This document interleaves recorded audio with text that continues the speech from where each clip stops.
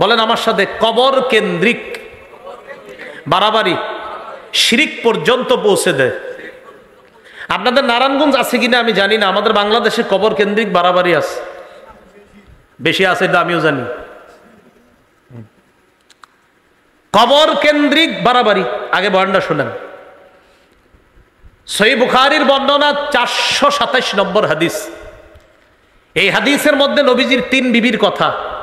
এক হলো আম্মাজান আয়েশা সিদ্দিকা রাদিয়াল্লাহু তাআলা আনহা থেকে হাদিসটা বর্ণনা। নবীজির আর 2 বিবি উম্মে হাবিবা আর উম্মে সালামা, তাদের সম্পর্কে হাদিসটা। সুবহানাল্লাহ। বর্ণনা করছে এক বিবি আর সম্পর্ক আরো 2 বিবির। তিনি বলেন, আন্না উম্মা হাবিবাতা ওয়া উম্মা সালামাতা যাকারাতা কানিসাতান রাআইনাহা বিল হাবাশা। উম্মে হাবিবা এবং উম্মে সালামা, নবীর এই 2 বিবি হাবশায় একটা গির্জা দেখছে, গির্জা ফিহা তাসাবির। এই গির্জার মধ্যে অনেক মূর্তি, গির্জা ইবাদতখানা, এই ইবাদতখানার মধ্যে অনেক মূর্তি। ফাযাকারাতা লিন-নবী সাল্লাল্লাহু আলাইহি ওয়াসাল্লাম, এই ব্যাপারটা তার 2 বিবি নবীজিকে জানাইছে, ইয়া রাসূলুল্লাহ, হাবশা একটা গির্জা দেখলাম, গির্জা তাদের ইবাদতখানা, ইবাদতখানার ভিতরে দেখলাম আবার মূর্তি, ব্যাপারটা বুঝলাম না। নবীজি বললেন, ইন্না উলাইকা ইযা কানা ফীহিমুর রাজুলুস সালিহ মাতা। এরা হলো ওই সমস্ত মানুষ, তাদের মাঝে কোনো ভালো মানুষ যখন মারা যাইতো, বানাউ আলা কবরিহি মসজিদা, তারা ওই ভালো মানুষের কবরের উপর একটা মসজিদ বানাইতো। তাদের কোনো ভালো মানুষ মারা গেলে ওই ভালো মানুষের কবরের উপর তারা একটা মসজিদ বানাইতো। বানানোর পর ওয়াসাওয়ারু ফীহি তিলকা সুওয়ারা, ওই মসজিদের ভিতর ওই অলিদের মূর্তি তারা স্থাপন করত। এবার একটু বুঝেন, দেখেন, এ হলো অলির কবর, এই কবরের উপরে মসজিদ, আবার মসজিদের ভিতরে অলির ছবি মূর্তি।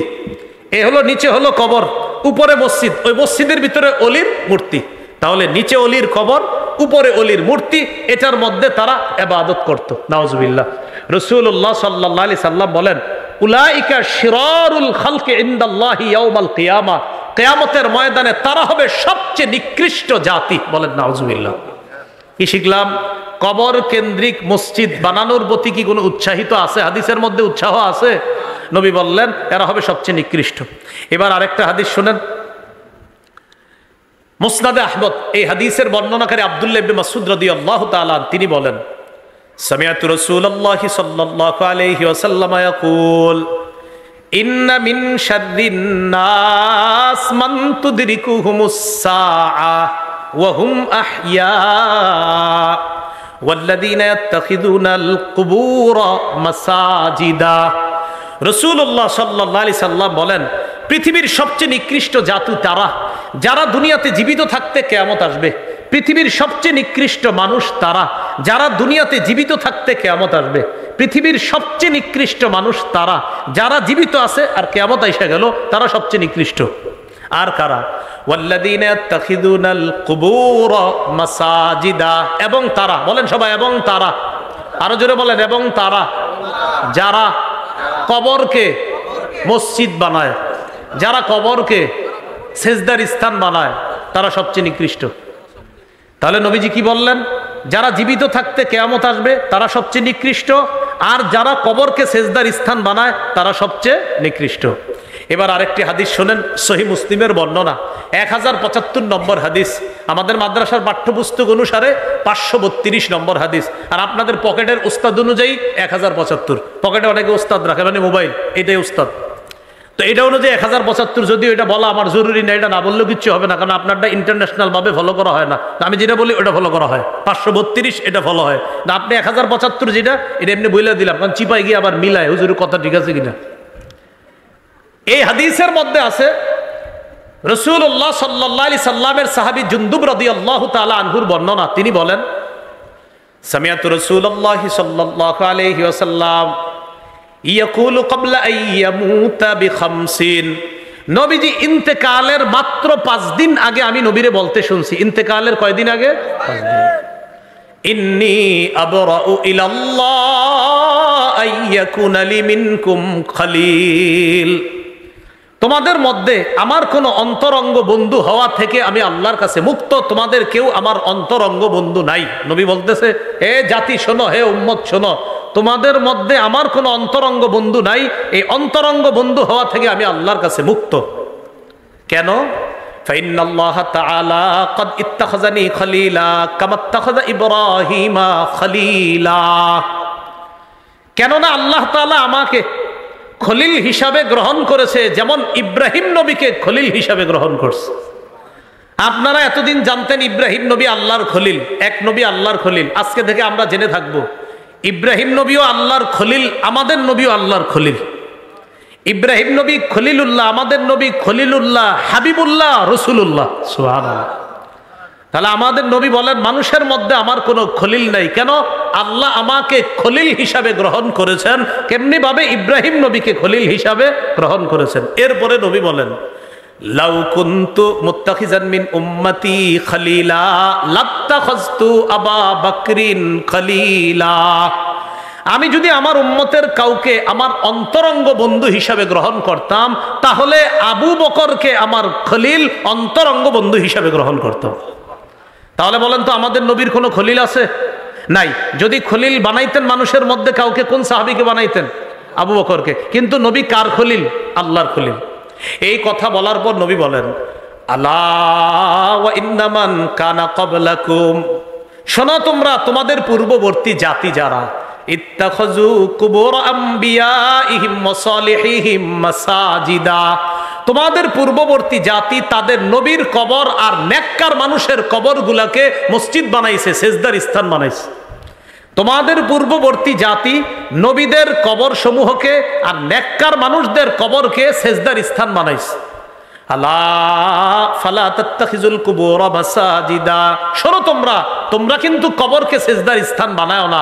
নবী কি বুঝাইতে চায়? হে আমার উম্মত, অন্য জাতি যেমন নবীদের কবরকে সেজদার স্থান বানাইছে, নেককার মানুষদের কবরকে সেজদার স্থান বানাইছে, এই কাজ কিন্তু তোমরা করো না। কারণ নবী তো ইন্তেকাল করবে, নবী বিদায় নিবে, নবীর আর বেশি দিন বাকি নেই, মাত্র 5 দিন বাকি আছে। নবী ওই 5 দিন আগে বলতেছে, সাবধান, অতীতের জাতি তাদের নবীর কবরকে সেজদার স্থান বানাইছে, এই কাজ কিন্তু তোমরা করো না। নেককার মানুষকে কেন্দ্র করে সেজদার স্থান আমাদের দেশে তালাশ করলেও পাবেন। হ্যাঁ, নেককার মানুষকে কেন্দ্র করে সেজদার স্থান এই দেশে তালাশ করলেও পাবেন। আল্লাহ হেফাজত করেন। এবার শোনেন কি বলে নবীজি বলেন, ইন্নী আনহাকুম আন যালিকা, আমি তোমাদেরকে নিষেধ করে দিচ্ছি। এবার একটা হাদিস শোনেন, আমার দিকে তাকান। এটা হলো একটা কাপড়, মনে করেন এটা কি একটা কাপড়। সহিহ বুখারীর 435 নম্বর হাদিস। রাসূল সাল্লাল্লাহু আলাইহি সাল্লাম ইন্তেকাল করবে। আগের হাদিসটা শোনাইছি কি ইন্তেকালের দিন না ইন্তেকালের 5 দিন আগে? এখন যেটা শোনাচ্ছি ইন্তেকাল করবে মানে এই যে নবী যাবে দুনিয়া থেকে, ওই মুহূর্তের হাদিস। 427 এই 435 এই হাদিসটা হলো বুখারীর 435। এই হাদিসের মধ্যে আসছে, লাম্মা নুজিলা বিরাসূলিল্লাহি সাল্লাল্লাহু আলাইহি ওয়াসাল্লাম, নবী যখন মুমূর্ষ অবস্থায়, নবী যখন ইন্তেকাল করবে মুমূর্ষ অবস্থায়, কাদা ইয়াতরাহু খামিসাতান আলা ওয়াজহিহি, নবী তার চেহারার উপর একটা কাপড় দিছে, এইভাবে চেহারার উপর একটা কাপড় দিছে। ফাইযা তাম্মা, প্রাণটা যখন বের হবে অবস্থা, কাশাফাহা আন ওয়াজহিহি, চেহারা থেকে কাপড়টা সরাইছে। তাহলে মুমূর্ষ অবস্থায় কাপড় দিছে, এবার বলতেছে ফাইদা তাম্মা, প্রাণটা বের হবে অবস্থায় কাপড়টা সরাইছে। সরানোর পর বললেন, লানাতুল্লাহি আলাল ইয়াহুদি ওয়ান নাসারা, ইহুদিদের উপর আল্লাহর অভিশাপ, খ্রিস্টানদের উপর আল্লাহর অভিশাপ। কেন? ইত্তাখাযু কুবুর আমবিয়াইহিম মাসাজিদা, তারা তাদের নবীদের কবরকে সেজদার স্থান বানাইছে। নবী বুঝাইতে চায়, আমি কিন্তু চলে যাচ্ছি, সাবধান, আমার কবরকে কেন্দ্র কইরা এই জাতি উল্টাপাল্টা কাজ করবা না। তাহলে কি শিখলাম? ইন্তেকাল করবে অবস্থায় বলতেছে ইহুদিদের উপর অভিশাপ, খ্রিস্টানদের উপর অভিশাপ, তারা তাদের নবীর কবরকে সেজদার স্থান বানিয়েছে। উম্মত এগুলা করবা না। ইউহাদ্দিরু মা সানাউ, তারা যা করছে এই ব্যাপারে তার উম্মতকে নবী সতর্ক করে দিচ্ছে। আল্লাহ আমাদেরকে হেফাজত করেন। এবার আমার সাথে বলেন কবরকে কেন্দ্র করে উৎসবের স্থান বানানো যাবে না, মেলা বসানো যাবে না। জি রবিউল আউয়ালে বসে আশেপাশে, আমি কি কইছি? আপনারা না বলতেছেন, যদি বৈশা থাকে তো এটা নিষেধ। কবরকে কেন্দ্র করে মেলা বসানো নিষেধ। দলিল আবু দাউদের বর্ণনা 2042 নম্বর হাদিস। এই হাদিসের মধ্যে আছে ক্বালা রাসূলুল্লাহ সাল্লাল্লাহু আলাইহি ওয়াসাল্লাম লা তাত্তাখিযু বুয়ুতাকুম কুবুরা, তোমরা তোমাদের ঘরগুলাকে কবর বানায়ো না। ঘর কবর বানায় কিভাবে? নফল নামাজ না পড়লে, জিকির না করলে, কোরআন তেলাওয়াত না করলে ওই ঘর কবরের মতো হয়ে যায়। নামাজ পড়েন ঘরেও, জিকির করেন, নফল নামাজ পড়েন, তেলাওয়াত করেন, না হয় ঘর কবর হয়ে যায়। এরপরে কি বলে দেখেন, ওয়ালা তাজআলু কবরি ঈদা, আমার কবরকে কেন্দ্র করে উৎসবের স্থান বানায়ও না, আমার কবরকে কেন্দ্র করে মেলা বসাবা না, নবী বলতেছে। তাহলে পৃথিবীর শ্রেষ্ঠ যিনি, আল্লাহর পরে একমাত্র শ্রেষ্ঠ যিনি, তিনি বলছে সাবধান, আমি যেখানে ইন্তেকালের পরে থাকবো সেই জায়গা কেন্দ্র করে কোনো মেলা বসাবা না, উৎসবের জায়গা বানাবা না। এরপরে নবী বলেন সল্লু আলাইয়া, আমার উপর দুরূদ পড়বা, বেশি বেশি দুরূদ। ফাইন্না সালাতাকুম তাবলুগুনি হাইসু কুনতুম, তোমরা যেখান থেকেই দুরূদ পাঠাও সেখান থেকে দুরূদ সাথে সাথে আমার কাছে পৌঁছে যায়। তাহলে কবরকে কেন্দ্র করে মেলা বসানো নিষেধ। বলেন মেলা বসানো কি নিষেধ? এবার আসেন, বলেন কবরের উপর বসা নিষেধ, কবর সামনে রাইখা নামাজ পড়া নিষেধ। অনেকে আবেগে কি করে, মসজিদের মাঝখানে কবরটা রাইখা, চারপাশে মসজিদ, ওই আবেগ। আলেম ওলামাদেরকে না জিজ্ঞাসা করে মসজিদ বানায়, কি ভাই আপনারা কবর মাঝখানে রাখছেন? আবেগ। এই যে আবেগে মসজিদটা মাঝখানে রাখেন কেন বুঝান, এলাকাবাসী বুঝান, এই জাতীয় কোনো মসজিদ থাকলে গিয়ে বুঝান, ভাই কবরটা কিনারায় নেন, সাইডে নেন। প্রথমে বাহিরে নিতে বললেন না, না আপনারা মারতেও পারে, বলবেন আগে সাইডে নেন।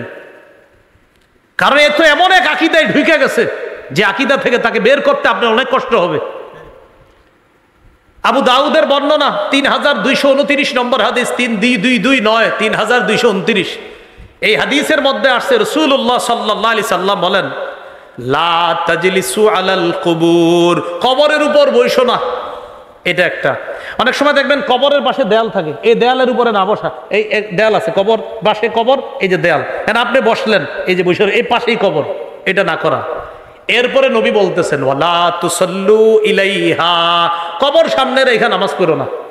যদিও মানুষ কবরকে সেজদা করে না, কিন্তু কে না জানে কোনো একজন ব্যক্তির ভিতরে যদি আবেগ আইসা যায়, আহারে আল্লাহর ওলি শুয়ে রইছে এখানে সেজদা দিতেছে, এই জন্য কবর সামনে রেখা নামাজ পড়াতে নবীজি নিষেধ করলেন। আল্লাহ আমাদেরকে বুঝার তৌফিক দান করেন। এই হলো কবর কেন্দ্রিক বেদাত বাড়াবাড়ি। আল্লাহ আমাদের সকলকে হেফাজত করেন। এই এলাকায় থাকলে এই এলাকা থেকেও যেন ওই জাতীয় আকীদা সম্পন্ন মানুষগুলাকে সহি আকীদা, বিশুদ্ধ আকীদায় তারা এসে হেদায়েত ওয়ালা আকীদায় যেন তারা ফিরে আসতে পারে, আল্লাহ তৌফিক দান করেন। বেদাত থেকে বাঁচার উপায়, বেদাত থেকে বাঁচার এক নাম্বার উপায় বাস মুহাম্মদ সাল্লাল্লাহু আলাইহি সাল্লামের পূর্ণ আনুগত্য করা। বলেন কার আনুগত্য করা? মুহাম্মদ সাল্লাল্লাহু আলাইহি সাল্লামের পূর্ণ আনুগত্য করা। সহিহ বুখারী 7280 নম্বর হাদিস। এই হাদিসে আছে রাসূল সাল্লাল্লাহু আলাইহি সাল্লাম বলেন কুল্লু উম্মতি ইয়াদখুলুনাল জান্নাহ ইল্লা মান আবা, আমার উম্মতের সবাই জান্নাতে যাবে তারা ছাড়া যারা অস্বীকার করে। সাহাবীরা বললেন অস্বীকার কারা করে? নবী বললেন মান আতাআনি দাখালাল জান্নাহ, যে আমার আনুগত্য করে সে জান্নাতে যাবে। ওমান আসানি ফাকাদ আবা, যে আমার নাফরমানি করে সেই অস্বীকার করলো। তো অস্বীকার যে করবে সে সুন্নাহের বাহিরে চলে গেল। আল্লাহ আমাদের সকলকে নবীর সুন্নাহ মেনে নবীর আনুগত্য করার তৌফিক দান করেন। 2 নাম্বার উপায়, বলেন আমার সাথে, সুন্নত বেশি বেশি জিন্দা করা, সুন্নতের ব্যাপক প্রচার প্রসার করা। তাহলে বেদাত দূর করার 2 নাম্বার উপায় হলো সুন্নতের ব্যাপক প্রচার প্রসার করা, সুন্নতের কথা বেশি বেশি বলা, নামাজের পরে মাঝে মাঝে সুন্নত নিয়ে আলোচনা করা। আসরের পরে ইমাম সাহেব যারা আছেন 2 মিনিট 5 মিনিট একটা সুন্নত বলতে পারেন। আমাদের যাত্রাবাড়ি শায়েখের একটা বই আছে, আপনার কিতাব আছে 1 মিনিটের মাদ্রাসা। হ্যাঁ, 1 মিনিটের মাদ্রাসা। তো এইটা আপনি প্রতিদিন পড়া শোনান। 1 মিনিটের মাদ্রাসা মানে ওই নামাজের পরে সবাই বসবে, 1-2 মিনিট একটু কথা শুনবে। এই এলাকাবাসী যারা আছেন, আহার এই মানুষগুলা কোথায় যাবে? তো আশেপাশের ইমাম সাহেব যারা আছে তাদের প্রতি আবদার থাকবে, আপনারা প্রতিদিন আসরের পরে, আপনি যেভাবে সুন্দর হয় আর কি, মানে আমার একটা আবদার রইল আর কি, আসরের পরে 2 মিনিট 3 মিনিট একটু একটা কিতাব পড়ে শোনায় দেন যে প্রিয় মুসল্লি ভাইয়েরা এখন একটা সুন্নত আপনাদেরকে শোনায় দেওয়া হবে। তো এই সুন্নতটা আপনি তাকে বলেন, 1 দিন বলেন, 2 দিন বলেন, 3 দিন বলেন, আরে কে জানে আপনি 10 দিন 5 দিন 15 দিন 20 দিন বলার পর হতে পারে তিনি ওই কাজ শুরু করে দিছে, আমল শুরু করে দিছে। এই জন্য প্রতিদিন কিছু কিছু সুন্নত আমরা শিখবো। ইমাম সাহেবদেরকে আপনারা বলবেন যে হুজুর কিতাব আদি কি কি কিনে দেওয়া লাগবে বলেন, আমরা বলি কিনে দেই, আপনি আমাদেরকে বইরা বইরা শোনান। এলাকাবাসী রাজি আছেন ইনশাআল্লাহ? তাহলে এই সুন্নত যেন মসজিদে মসজিদে এটা যেন জিন্দা হয়ে যায়, সবাই যেন ব্যাপক প্রচার প্রসার করতে পারে, আল্লাহ তৌফিক দান করেন। তিরমিজির বর্ণনা 2677 নম্বর হাদিস, 2677। এই হাদিসে আসছে রাসূল সাল্লাল্লাহু আলাইহি সাল্লাম বলেন, মান আহিয়া সুন্নাতাম মিন সুন্নতি, আমার একটা সুন্নত যদি কেউ জিন্দা করে, ফালাহু আজরু মান আমিলাহা। কোন ইমাম সাহেব যদি একটা সুন্নত প্রচার করে, এই এলাকার 100 মুসল্লি যদি ওই সুন্নতটা পালন করে, ওই ইমাম সাহেবের আমল নামায় 100 জনের সওয়াব হবে না। মিন গায়রি আইয়ুনতাকাসা মিন উজুরিহিম শাই, তাদের সওয়াব থেকে একটু কাটা হবে না, তাদের সমপরিমাণ সওয়াব সুন্নত জিন্দাকারীর আমল নামায় আল্লাহ দিবে। ঘরের মা বোন যারা আছে তাদেরকে এই সুন্নতের কিতাবগুলা আপনারা কিনে দেন, তারাও যেন সুন্নত শিখতে পারে। সাধারণত কবর কেন্দ্রিক বাড়াবাড়ির প্রতি আমাদের মা বোনদের অনেক আগ্রহ আছে। মা বোনরা একটু নরম হয়তো, এদেরকে যেমনি বুঝে মনে করে আহারে না জানি কি আছে সেখানে। এইগুলা করতে গিয়ে আপনার এই কবর কেন্দ্রিক বাড়াবাড়ির মধ্যে মা বোনরাও লিপ্ত হয়ে যায়। খুব মন দিয়ে শোনেন, আল্লাহর কাছে মনোনীত ধর্ম ইসলাম পালনের একটা কিতাব আছে, কোরআনেই আছে কি মানতে হবে, কোরআন এবং হাদিস অনুযায়ী ইসলাম মানবো। কি করা যাবে না? বাড়াবাড়ি। আর কি করা যাবে না? ছাড়াছাড়ি। এই বাড়াবাড়ির একটা অন্যতম বাড়াবাড়ি আমাদের দেশ সহ অনেক জায়গায় চলে, এটার নাম কি? বেদাত। বলেন তো, ইসলামের মধ্যে এবাদতের নামে নতুন কিছু আবিষ্কার, এটার নাম কি? বেদাত। আল্লাহ আমাদের সকলকে বেদাতি কর্মকাণ্ড থেকে আমরা যেন বেঁচে থাকতে পারি, আল্লাহ তৌফিক দান করেন। সামনের মাসটা কি মাস? আরবি মুহররম। এই মুহররম মাসটা কেন্দ্র করেও অনেকের আবেগ এখন উতলে উঠবে। এই আজকে এখন মানে আবেগ, খুব আবেগী, এবং আপনাকে বুঝাবে হুজুর এই আবেগী হইতে হইলেও ভাগ্য লাগে, বুঝেন? এই আবেগ বাড়তেই থাকবে, দেখবেন বাড়তে বাড়তে এই আবেগ যে কোথায় গিয়ে পৌঁছবে। শুধু কি আবেগ, যখন দেখবে যারে নিয়ে আবেগটা, তার কবর তো বাংলাদেশে নাই, হের একটা কবর বানায় ফেলবে দেশে, বানায় এটা নিয়ে আপনার এটা কলা দিবে, আম দিবে, জাম দিবে, কাঁঠাল দিবে, টাকা দিবে। কারে দেয়?